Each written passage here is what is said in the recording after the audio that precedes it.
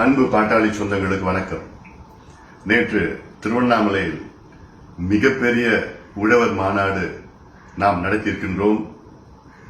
உழவு குடிகளின் உரிமைகளுக்காக நடத்தப்பட்ட இந்த மாநாடு மிகப்பெரிய அளவில் வெற்றி.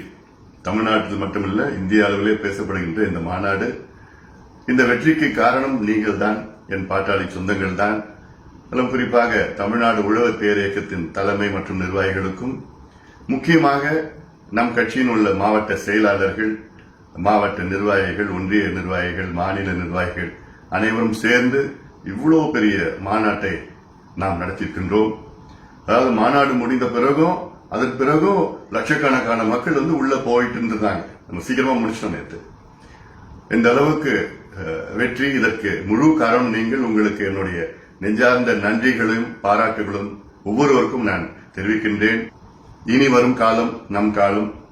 நாம் எல்லோரும் இணைந்து வெற்றி பெறுவோம், முன்னேறுவோம். நன்றி.